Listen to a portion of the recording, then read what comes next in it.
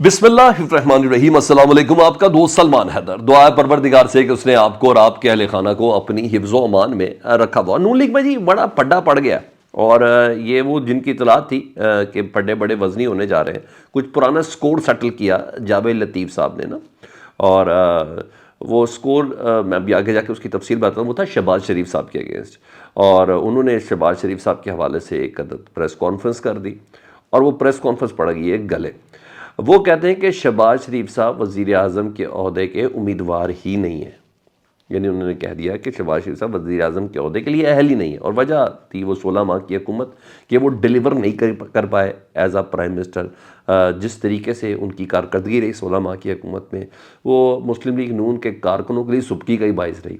Even मुस्लिम league नून की जो पुरानी कारकर्दगी है उसके ऊपर भी ना एक दबीस किस्म की लहर जो है ना, वो जैसे कहते हैं अट गया। जी हाँ, वो भी डिलीवर ना करने की वजह से ना वो पुरानी कारकर्दगी भी धुल गई। तो ये उन्होंने कहा, यानी 16 माह की कारकर्दगी थी अच्छी, तो इस पर फड्डा पड़ा जी। शहबाज शरीफ साहब, सारी बात है आका वज़ीर ये वाली पार्टियों के अंदर आपको पता है ये सब चीज़ें तो चल रही होती हैं। शहबाज शरीफ साहब ने इस पर शोकस कर दिया जावेद लतीफ़ साहब को। जावेद लतीफ़ साहब को शोकस हुआ है, बीइंग अ पार्टी सदर है। शहबाज शरीफ साहब कर सकते हैं कि अच्छी कारकर्दगी है, बुरी कारकर्दगी है, कुछ भी है, आप इस तरह की स्टेटमेंट नहीं दे सकते। इसकी वजह भी आपको सारी आगे बताता हूँ।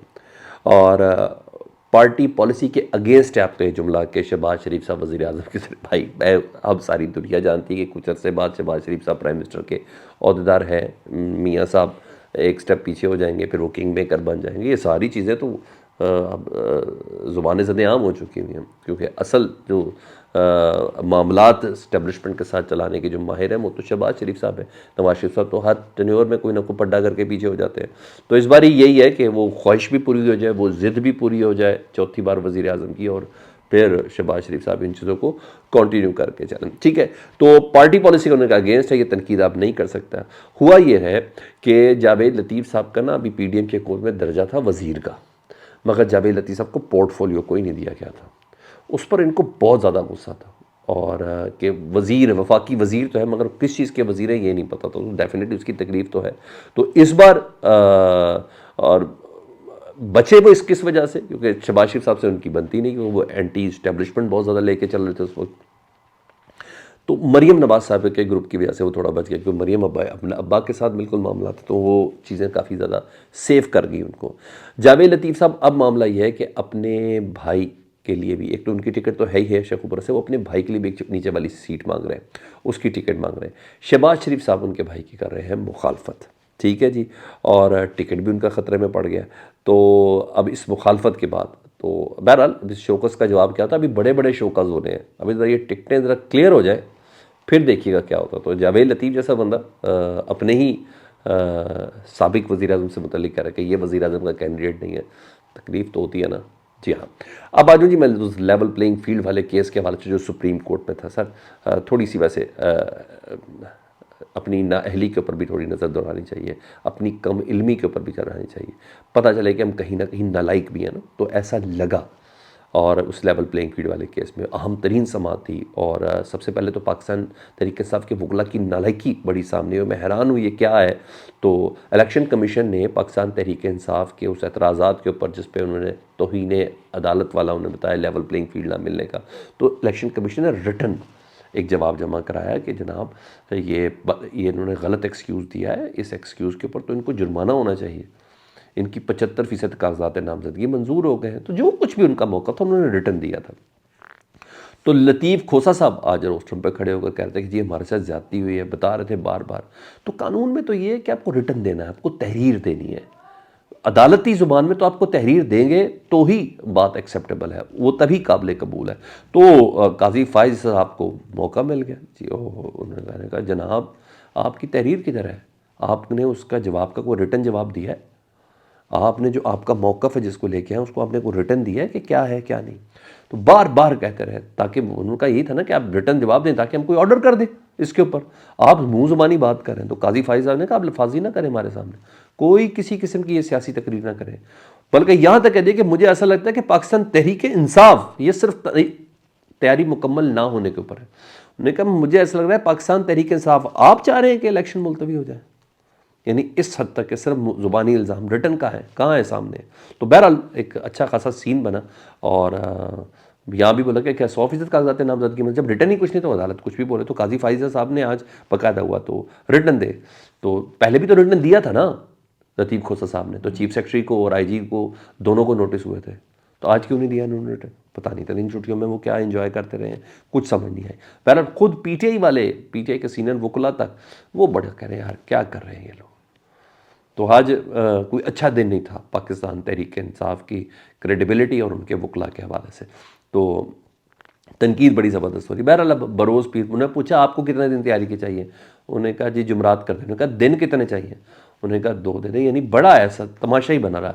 लतीफ़ खोसा साहब की तरफ से तो समझ नहीं आई, और दूसरा शुएब शाहीन साहब भी थे, उनको भी कोई अकल नहीं, मुझे समझ नहीं आई कि क्या किया उन लोगों ने। बहरहाल तो बहरहाल उन्होंने कहा कि बरोज़ पीर तक इलेक्शन कमीशन ने जो आपको जवाब जमा कराया है अदालत में, उसका जवाब आप जमा कराएं।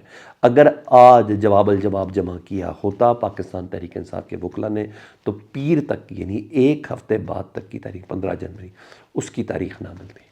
तो वो थोड़ी इनको अपनी अदाओं पर भी गौर करना बहुत ज़्यादा ज़रूरी है। हाँ, काजी फाइज़ साहब के चैम्बर में भी गुफ्तगू हुई हामिद खान साहब की, फिर रोस्टरम पे भी गुफ्तगू हुई, मुलाकात हुई, जिसमें उन्होंने बताया कि बल्ले का निशान वाला जो केस है वो मुकर्रर कर दें, क्योंकि अब वक्त बचा नहीं है।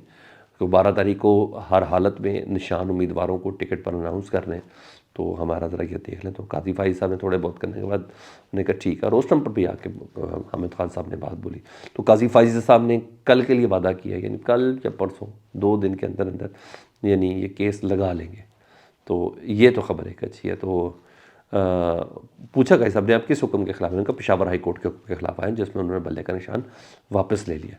तो इलेक्शन कमीशन ने जो हुक्म दिया था उसके ऊपर सिंगल बेंच ने स्टे दिया था, और फिर डीबी बेंच ने वापस लिया था, क्योंकि उस डीबी बेंच जो हाई कोर्ट का फैसला है उसके खिलाफ हम आए।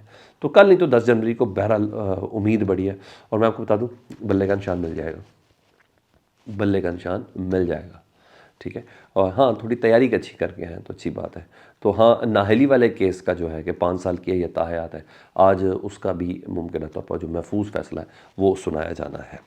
9 मई के हवाले से जी आपको पता है ना कि अचानक आने के 4-5 महीने बाद अनवारुल हक काकड़ साहब ने काबीना की कमेटी बनाई है। तो आज उस कमेटी की तहकीकाती कमेटी का, जिसमें वज़ीर कानून उसको लीड कर रहे हैं, हेड कर रहे हैं, आज उसका पहला आगाज़ है सेशन का जी। और आज TORs तय हो रहे हैं उस पर, और मुतल्लिक़ा इदारों को जो नोटिस जारी है वो है, क्योंकि 2 हफ्ते का टाइम है। 2 हफ्तों के अंदर इस कमेटी ने फैसला करना है सानिया 9 मई का ज़िम्मेदार कौन था, उसका कल्प्रेट कौन था, उसका मंसूबा साज कौन था, और उसका मास्टरमाइंड कौन था। ये तमाम का फैसला ना 2 हफ्तों के अंदर होना है, ठीक है जी। और आप इसको इतना आसान ना लें, क्योंकि ये काबीना की कमेटी है। तो काबीना की कमेटी की से बड़ी मैटर करती है। और 2 हफ्तों से मुराद ये है कि इलेक्शन से पहले पहले ये फ़ैसला देना ही देना, ठीक है। कमेटी की रिकमेंडेशन जानी है। और ये रिपोर्ट काबीना की इसलिए अहम है। और मुस्तकबिल का पाकिस्तान तहरीक इंसाफ का जो फैसला है मुस्तकबिल बईद का, ये वही काबीना की कमेटी करेगी। एक तो ये चीज़ अहम है। तीसरा, साइफर केस की समाअत थी जी, वो समाअत आज नहीं हो सकी, क्योंकि इस्लामाबाद हाई कोर्ट ने उसके ऊपर सर्टन स्टे दिया हुआ है। तो अडियाला में थी और वो नहीं हो सकी। तो इस्लामाबाद हाई कोर्ट का 9 जनवरी तक का स्टे था। कहा जाता अबुल अस्लाम ज़ुल्करनैन साहब की तबीयत भी सही नहीं है। अल्लाह सबकी तबीयत दुरुस्त करे और बेहतर फैसले तक पहुँचाए। मुझे तो यही लगता है। बल्ले के निशान के हवाले से मुझे कभी इम्कान है। बाकी जो केसेस हैं, सारी बात है ज़मानत और नैब की अदालतों में, उसको अभी ज़रा थोड़ा मुश्किल होगा। आपको क्या लगता है कमेंट सेक्शन में मुझे ज़रूर बताइएगा। अपना बहुत ख्याल रखें। अल्लाहुम्मा सल्ली अला मुहम्मद व आले मुहम्मद।